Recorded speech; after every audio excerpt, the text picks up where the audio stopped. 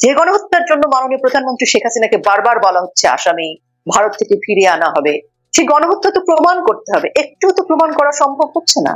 বরং মৃত ব্যক্তি যাকে হত্যার দায়ে মাননীয় প্রধানমন্ত্রী শেখ হাসিনাকে খুনি বলা হচ্ছে, সেই মৃত ব্যক্তি হেঁটে হেঁটে বাড়িতে ফেরত আসছে। কাজে এই প্রহসন, এই মিথ্যাচার, এই প্রতিহিংসা পরায়ণতা থেকে যা হচ্ছে সেটি সময়ে বোধহয় আমরা বুঝতে পারবো। একটু অপেক্ষা করতে হবে। ডিজাইন করা প্ল্যান, সেটি তো আমরা আজকে প্রমাণিত। আজকে কিন্তু সমন্বয়কদের মুখে আমরা শুনেছি যে পুলিশ হত্যা না হলে, থানা আগুন না দিলে, মেট্রোতে আগুন না দিলে সফল হতো না আন্দোলন। ৩,২৫০ জন পুলিশকে নির্মম ভাবে হত্যা করা হয়েছে। যে ভিডিও তো আছে, সেগুলো তো মুছে যায়নি। একই জিনিস যদি আমরা বলি, এখন যেভাবে পুলিশদের হত্যা করা হয়েছে, পুলিশদেরকে যদি অর্ডার দেওয়া হতো যে তোমরা হার্ড লাইনে যাবে, তাহলে পুলিশ কি পালাতো নাকি গুলি করতো? পুলিশ তো গুলি করেনি। পুলিশ গুলি না করার কারণেই তো পুলিশকে মার খেতে হলো। থানার মধ্যে পুলিশ বসা, থানা ঘেরাও করে তাদেরকে পিটিয়ে হত্যা করে তালা দিয়ে আগুন জ্বালিয়ে দিয়ে মারা। এরকম পরিস্থিতি যারা করেছে, তাদের যে ক্ষোভ, তাদের যে জিঘাংসা, হিংস্রতা, বাংলাদেশ আওয়ামী লীগ তার সাথে যুক্ত হতে চাই। দেখেন, আমরাও যদি একই কাণ্ডটা করি তাহলে কতজন মারা যেত। এবং যেহেতু আমরা বুঝে গেছি যে এখানে লাশের দরকার একটা পক্ষে, আমরা ওই ফাঁদে পা দিতে তখনও চাইনি, এখনো চাই না। মাত্র তো 3 মাস হয়েছে, এত আনন্দ পাওয়ার কিছু নাই। কারণ যে বাংলাদেশ আওয়ামী লীগ পিছিয়ে পড়েছে, যুদ্ধের ময়দানে কখনো কখনো আগাতে হলে 1-2 পা পিছাতে হয়। আর আবারও বলছি, বাংলাদেশ আওয়ামী লীগ লাশের রাজনীতি করেনি, করবেও না। আবারও বলছি, আমরা নির্দেশ আসলে আমরা ঠিকই রাস্তায় নামবো, কিন্তু বারবার বলছি, যেভাবে লাশের রাজনীতি আমরা দেখেছি, লাশ নিয়ে নাটক দেখেছি, লাশ নিয়ে ক্ষমতা দখল দেখেছি, সেটি বাংলাদেশ আওয়ামী লীগ করবে। কিন্তু আপনাদের বিরুদ্ধে তো গণহত্যার অভিযোগ উঠেছে আপনাদের বিরুদ্ধে, এবং আপনাদের সভানেত্রী সহ শীর্ষস্থানীয় যারা নেতারা রয়েছেন তাদের অনেকের বিরুদ্ধে অনেক মামলা হয়েছে এর মধ্যে। এবং সাবেক প্রধানমন্ত্রী শেখ হাসিনা, তাকে ভারত থেকে বাংলাদেশে ফিরিয়ে আনার ব্যাপারে কাজ চলছে। তাকে কি সরকার ফিরিয়ে আনতে পারবে, বা তাকে কি বিচারের মুখোমুখি দাঁড় করাতে পারবে কিনা, এই ব্যাপারে আপনারা বা বাংলাদেশ আওয়ামী লীগ কি ভাবছেন, বা তিনি বাংলাদেশে ফিরবেন কিনা এই পরিস্থিতিতে? আপনার প্রশ্নের প্রথম অংশ থেকে আসি। মামলা দেখেন, 13 জন মৃত ব্যক্তি হেঁটে হেঁটে বাড়ি ফিরে এসছে। আমাদের প্রধানমন্ত্রী শেখ হাসিনাকে যে হত্যা মামলা, একটি হত্যা মামলার তিনি মৃত ব্যক্তি, তিনি ফেরত এসছে। তাহলে এরকমই তো সব মামলাগুলো, যে মামলাগুলো করা হচ্ছে সবই রাজনৈতিক প্রতিহিংসা পরায়ণ থেকে করা হয়েছে। মৃত ব্যক্তি 13 জন এসছে, আমরা অপেক্ষা করি আর কতজন মৃত ব্যক্তি ফেরত আসে। আর যখন কোনো মামলা হয়, বিচার না হওয়া পর্যন্ত তাকে আসলে কতটা দোষী সে বিষয়ে রায় দিয়ে দেওয়া বোধহয় ঠিক হয়। সেজন্য বলছি যে এই গণহত্যার কথা বলা হচ্ছে, তো একইভাবে 5 আগস্ট থেকে আমি বলতে পারি ৩,২৫০ জন পুলিশ, নেতা কর্মীর হত্যা, ধর্ষণ, ভাঙচুর, লুটতরাজ, এই সবগুলো কি গণহত্যা নয়? এই গণহত্যার দায়ভারটা কার? এগুলো তো আমরা চোখে দেখতে পাচ্ছি, প্রমাণেও প্রয়োজন নাই, ভিডিওতে আমরা দেখতে পাচ্ছি কারা কারা কি করছে। এবং এদেরকে রক্ষা করবার জন্য যে বা যারা ইন্ডেমনিটি করছে, অধ্যাদেশ জারি করছে, এটা তো প্রমাণিত যে তাদের নির্দেশেই এই হত্যাকাণ্ডগুলো ঘটেছে। তাহলে 5 আগস্ট থেকে এই গণহত্যাগুলো সুস্পষ্ট প্রমাণিত, এটি নিয়ে তর্কেরও প্রয়োজন নেই। এই গণহত্যা নিয়ে কথা বলা দরকার বেশি, কারণ যে গণহত্যার জন্য মাননীয় প্রধানমন্ত্রী শেখ হাসিনাকে বারবার বলা হচ্ছে আসামি, ভারত থেকে ফিরিয়ে আনা হবে, সেই গণহত্যা তো প্রমাণ করতে হবে। একটু তো প্রমাণ করা সম্ভব হচ্ছে না। বরং মৃত ব্যক্তি যাকে হত্যার দায়ে মাননীয় প্রধানমন্ত্রী শেখ হাসিনাকে খুনি বলা হচ্ছে, সেই মৃত ব্যক্তি হেঁটে হেঁটে বাড়িতে ফেরত আসছে। কাজে এই প্রহসন, এই মিথ্যাচার, এই প্রতিহিংসা পরায়ণতা থেকে যা হচ্ছে সেটি সময়ে বোধহয় আমরা বুঝতে পারবো।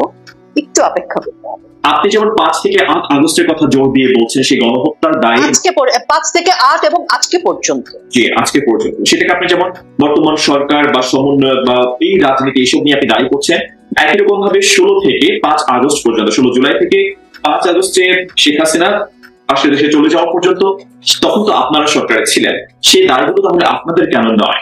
বা ছাত্রলীগই যথেষ্ট এই আন্দোলনকে দমাতে? সাবেক সড়ক পরিবহন মন্ত্রী, সেতু মন্ত্রী ওবায়দুল কাদের সাহেব তিনি নিজেও বলেছেন এটি, তাহলে এটার দায়িত্ব না আপনাদের উপর বর্তাবে না?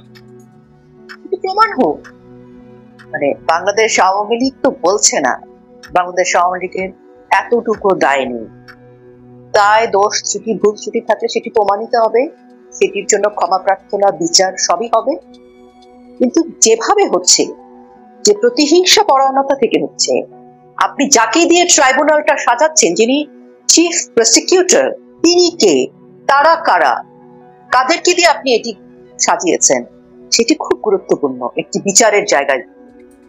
আপনি যিনি যুদ্ধাপরাধী লয়ার ছিলেন, তিনি কখনো এসে ফেয়ার জাজমেন্ট করতে পারবেন না।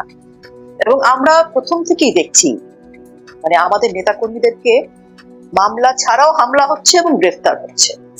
গ্রেফতার হওয়ার পর ভেবে ভেবে মামলা দেওয়া হচ্ছে, হামলা করে অর্ধমৃত করে মামলা দেওয়া হচ্ছে, নিয়ে যাচ্ছেন আদালতে, আদালত প্রাঙ্গণে হামলা করা হচ্ছে, আদালতের ভিতরে হামলা করা হচ্ছে। আপনি আসেন না, সিস্টেমেই আসেন। প্রত্যেকটা দেশের একটা সিস্টেম আছে, বাংলাদেশেরও একটা সিস্টেম ছিল। আদালত প্রাঙ্গণে একজন আসামির সাথে তো আপনি এগুলো করতে পারেন না। আপনি প্রপার মামলা দেন। 170 জন, আমাকেও মামলা দেন। আমি নারায়ণগঞ্জে গেছি হত্যার চেষ্টা করতে, বাদী তো চেনেই না কোনো মামলার আসামিকে। এরকম প্রচুর মামলা আছে যে বাদী জানে না কে কে আসামি। ফোন আলাপ ফাঁস হয়েছে, আমরা জানি কে কারা কিভাবে মামলাগুলো সাজাচ্ছে। আমার কাছে এখন পর্যন্ত 3টা মামলার ড্রাফট আমি পেয়েছি, যেখানে আমাদের অনেক শিল্পীকে, অনেক পরিচিত মানুষকে, নেতাকর্মী তো প্রথম 50 জন তো মাননীয় প্রধানমন্ত্রী শেখ হাসিনা থেকে শুরু করে আওয়ামী লীগের 50 জন নেতাকর্মী আছেই। তারপর আমাদের অনেক শিল্পীর নাম মানে ড্রাফট করা কপি, মামলা হয়নি, ড্রাফটটা যাবে থানায়, তারপরে মামলা হয়। মানে কে বা কারা এই ড্রাফট গুলো করে দিচ্ছে। এবং ধরেন এমন শিল্পীর নামও সেখানে দিয়েছে যে শিল্পী আন্দোলন তো দূরে থাক, সে দেশেই হয়তো ছিল না, কিন্তু খুঁজে খুঁজে দেয়া হচ্ছে মামলাটা। এবং মামলা দেওয়ার পর টাকা দিলে নামও খারিজ হয়ে যাচ্ছে কিছু কিছু জায়গায়। আমার কথা হচ্ছে আপনি সেটা না করে প্রকৃত যদি কোনো বিষয় থাকে মামলা হবেই। হামলা করে মেরে মৃতপ্রায় করার তো দরকার নাই। আর আপনি অ্যারেস্ট করতে যাচ্ছেন, পুরো বিল্ডিং আপনি তছনছ করে ফেলছেন, তো আপনি তো অর্ধেক শাস্তি দিয়ে ফেলেছেন। আপনি যদি আমাকে অর্ধমৃত করেন তাহলে আপনি আমাকে কোর্টে কেন নিবেন? আপনি যদি আমার বাড়ি ভাঙচুর করেন, আমার বাড়ি জ্বালিয়ে পুড়িয়ে দেন, তাহলে তো আপনি আমাকে শাস্তি দিয়ে ফেললেন। আবার কিসের শাস্তি? বরং আপনাকে তখন আমাকে কারণ দর্শাতে হবে যে আপনি পার্টিকুলারলি একদম স্পেসিফিক ভাবে কোন মামলাটা আমাকে দিয়েছেন, এবং সেটা প্রমাণ করতে হবে। কারণ আপনি প্রমাণ করার আগে, আমার অপরাধ প্রমাণের আগে আপনি আমাকে কিন্তু 80% পানিশমেন্ট দিয়ে ফেলছেন। সেটা কিন্তু ন্যায়সঙ্গত নয়। আপনি নিজেই আদালত অবমাননা করছেন, এই সরকার নিজেই নিজের আদালতের অবমাননা করছে। আজকে যে ছেলে মেয়েদেরকে আপনি কুশিক্ষা দিয়ে পথে নামিয়ে দিলেন, যাদের মগজটা ধোলাই হয়ে গেল, যথেষ্ট এক একজন ফ্রাঙ্কেনস্টাইনের দানব হয়ে উঠছে। তো ফ্রাঙ্কেনস্টাইনের দানবদেরকে তো আমরা জানি, আমরা পড়েছি গল্পে, উপন্যাসে। এই দানব তো প্রথমে ফ্রাঙ্কেনস্টাইনকেই খেয়ে ফেলেছে। কাজে আমাদের বাংলাদেশে যখন শিক্ষক অপমানিত হয়, যখন শিক্ষকের মৃত্যু ঘটে ছাত্রছাত্রীর কাছে, যখন শিক্ষা প্রতিষ্ঠানে শিক্ষককে মাটিতে ফেলে মারা হয়, অসম্মান করা হয়, কাপড় খুলে ফেলা হয়, তখন বুঝতে হবে যে বাংলাদেশের সভ্যতা, সংস্কৃতি, ঐতিহ্য ধ্বংসের দোরগোড়ায়, আমাদের প্রজন্ম ধ্বংসের দোরগোড়ায়। আর বাংলাদেশ কোথায় যাচ্ছে সেটার গাইবা বললাম। দর্শক আসসালামু আলাইকুম, আমি ফয়সাল মুর্শেদ, আপনাদেরকে স্বাগত জানাচ্ছি আমার আজকের এপিসোডে। আজকে আমার অতিথি রয়েছেন, অনলাইনে যুক্ত রয়েছেন প্রখ্যাত অভিনেত্রী রোকেয়া প্রাচী। তার অন্যতম একটি বড় পরিচয়, তিনি রাজনীতি সচেতন একজন মানুষ এবং তিনি আওয়ামী লীগের রাজনীতির সঙ্গেও তিনি যুক্ত। এর আগে একটা ইন্টারভিউ করেছিলাম তাকে নিয়ে। আওয়ামী লীগ বর্তমানে বাংলাদেশের রাজনীতিতে যেরকম প্রভাব রয়েছে আওয়ামী লীগের, সবকিছু নিয়ে কথা বলেছিলাম। সমকালীন রাজনৈতিক পরিস্থিতি নিয়ে আপনাদের অনেক অনেক প্রশ্ন তৈরি হয়েছে তার ইন্টারভিউ ঘিরে। আজকের এই এপিসোডে নিশ্চয়ই আপনাদের সেই প্রশ্নগুলোর উত্তর আমরা পাবো। তো শুরু করছি অনুষ্ঠান। কেমন আছেন আপা? আসসালামু আলাইকুম, অনেক ধন্যবাদ সময় দিয়েছেন। ওয়ালাইকুম সালাম, অনেক ধন্যবাদ। খুব ভালো নেই, মন খারাপ। জি, মন খারাপের কারণ চাই। হ্যাঁ বলুন, আপনি বলছেন। হাজিরা প্রচুর ডিগ্রি কলেজের একজন অধ্যক্ষ স্ট্রোক করে মারা গেছেন। জি, আসলে উনি স্ট্রোক করে মারা গেছেন সেটা দেখছি আমরা, এর পেছনে কারণ হচ্ছে তাকে তার এমন ন্যাক্কারজনক ভাবে নির্যাতন করে মানসিক শারীরিক পদত্যাগ করতে বাধ্য করা হয়েছিল। তিনি একজন শিক্ষক হিসেবে যেটি মানসিক ভাবে নিতে পারেননি। এবং আমরা 5ই আগস্ট থেকে শুরু করে দেখে আসছি যে প্রায় 2000-এর উপরে শিক্ষক কিভাবে মানসিক শারীরিক ভাবে নির্যাতন করে, অপমান করে, অসম্মান করে পদ থেকে বাতিল করা হয়েছে।